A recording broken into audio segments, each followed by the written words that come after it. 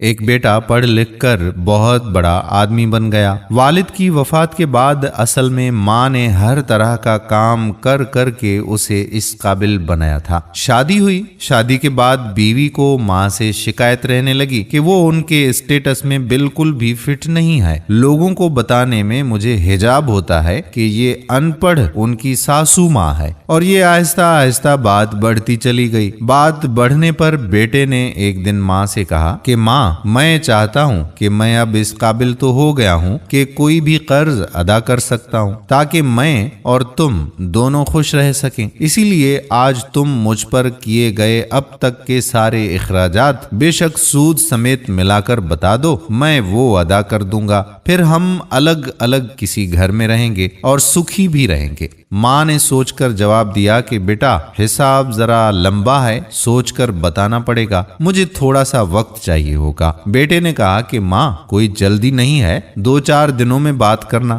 رات ہوئی، سب سو گئے۔ ماں نے ایک جگ میں پانی لیا اور بیٹے کے کمرے میں آ گئی۔ بیٹا جہاں سو رہا تھا اس کے ایک طرف پانی ڈال دیا۔ بیٹے کو جب بستر گیلا محسوس ہوا تو کروٹ لے لی۔ ماں نے دوسری طرف بھی پانی ڈال دیا۔ بیٹے نے جس طرف بھی کروٹ لی، ماں اسی طرف پانی ہی ڈالتی رہی۔ آخر وہ نیند سے بیدار ہو گیا۔ پریشان ہو کر بیٹا اٹھ کر چیخنے لگا اور چیخ کر بولا کہ ماں، یہ کیا کیا؟ میرے بستر کو پانی پانی کیوں کر ڈالا؟ ماں بولی، بیٹا تو نے مجھ سے پوری زندگی کا حساب بنانے کو کہا تھا نا، میں ابھی یہ حساب لگا رہی تھی کہ میں نے کتنی راتیں تیرے بچپن میں تیرے بستر گیلا کر دینے سے جاگتے ہوئے کاٹی ہیں۔ یہ تو پہلی رات ہے اور تو ابھی سے گھبرا گیا۔ میں نے تو ابھی حساب شروع بھی نہیں کیا ہے جسے تو ادا کر پائے گا۔ ماں کی اس بات نے بیٹے کے دل کو جھنجھوڑ کر رکھ دیا۔ پھر وہ رات اس نے سوچنے میں ہی گزار دی۔ شاید اسے یہ احساس ہو گیا تھا کہ ماں کا قرض کبھی بھی نہیں اتارا جا سکتا،